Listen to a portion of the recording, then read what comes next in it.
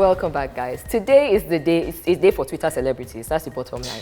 Because our second guest is also somebody that is quite well known on Twitter. And not just because of he himself, but also because his entire family on Twitter is known. Like, they are famous. I'm talking about Twitter royalty here, guys. With me in the studio today is Chuba Ezekwesili. Yes, you see, people recognize him immediately. Welcome to the show. Thank you.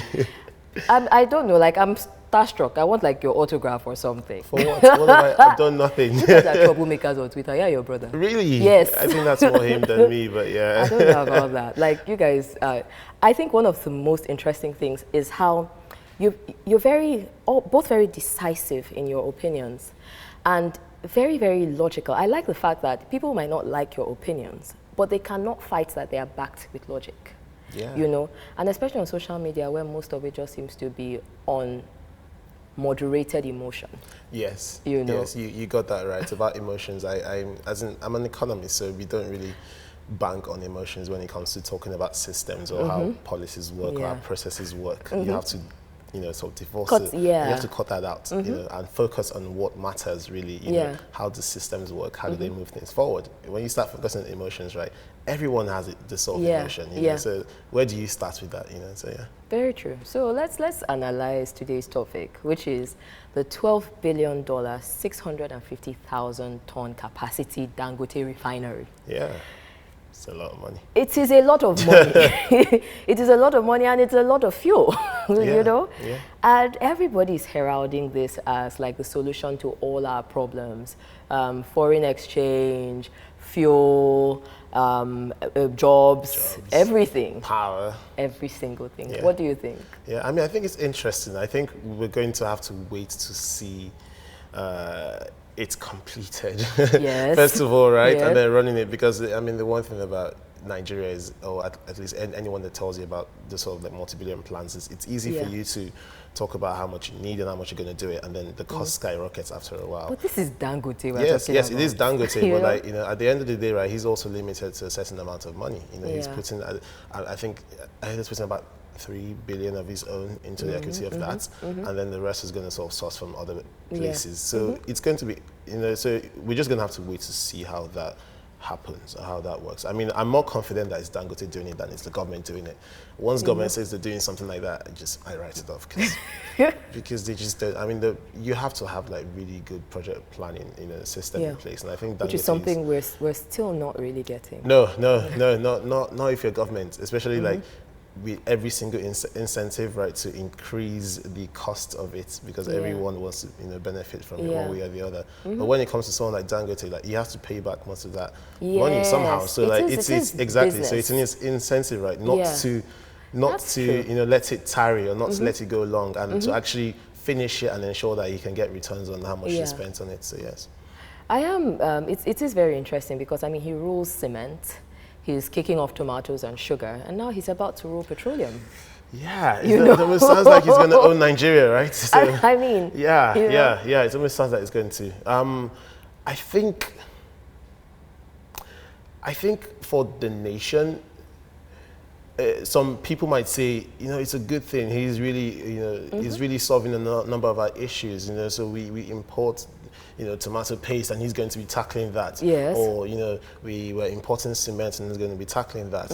We import petroleum, and he's going to be tackling that. Yes. At the same time, right, I'm worried that you're putting too much power into the hands of one individual. But can you really say you're putting too much power, or one person is just very good at taking opportunities? Yeah, but I don't think they're mutually exclusive. I So see. it works both ways. So he might be good at taking it, right? But the question is, like, how then do you create a society, right, a system in place where other people, right, can also come in? They don't have to be national; they can be international. But how do you create incentives? How do you level the playing ground a bit? Exactly, for investors other than even just Dangote, right, to come in? Because what happens is, I mean, the problem is, whether you like it or not, Dangote has been very close to every single successive government. And the reality of Nigeria is you probably need that to survive. The question that we should then be asking is, will he then use that power, that closeness, right, to stifle other businesses, other people that want to invest or want to create their own jobs. I mean, it's the same thing that's really happened in cement. And is that going to also be replicated across other industries? And you don't want that. What I actually am really interested in knowing is, okay, we're in 2016. It's coming online 2019. So there are 3 years. What should small, medium business owners who feel like they can benefit from this, what should they start looking at now? If I'm saying, look, I want to start a business that either feeds to or feeds from this value chain, what should we be talking about? I mean, I think they should start with sitting down with, let's say, the government, for example, and then you can discuss what exactly are the externalities that come out from such a refinery, because I assume that there will be. Yes, there will be. Especially when you're looking at into the downstream sector, there's going to be a lot of externalities. So how do we tap into that? What goes on in other countries? So you explore those sort of avenues and then see how that you can extrapolate them to our into market. our market, and see how that works. I mean, I'm sure Dangote is not. I'm sure it's not going to be particular about you guys people cannot come and join my business. So I don't think that's going to happen. As long as you give him, as long as he gets, and I always keep saying incentive, but like it's the core of anything. As long as he gets a reason for you to do so, I don't see any reason why that wouldn't happen. You just have to, I think, do your homework as a business and ensure that you have everything right. Ensure that you're properly ready to tap into the opportunities that might come out from the refinery being ready. Makes sense. Well, thank you, Chuba. I know it's a really short conversation. Yeah.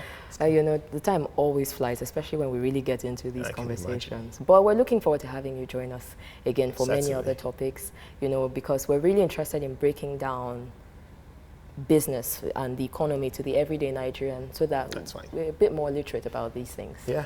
I mean, I have a blog that sort of does that, so people What's can it called? It's called Nigernomics.info. So anyone goes there and check it out. Yeah. And can I just say now, I'm a huge fan of your mom. Thank you. She rocks. She's amazing. I know.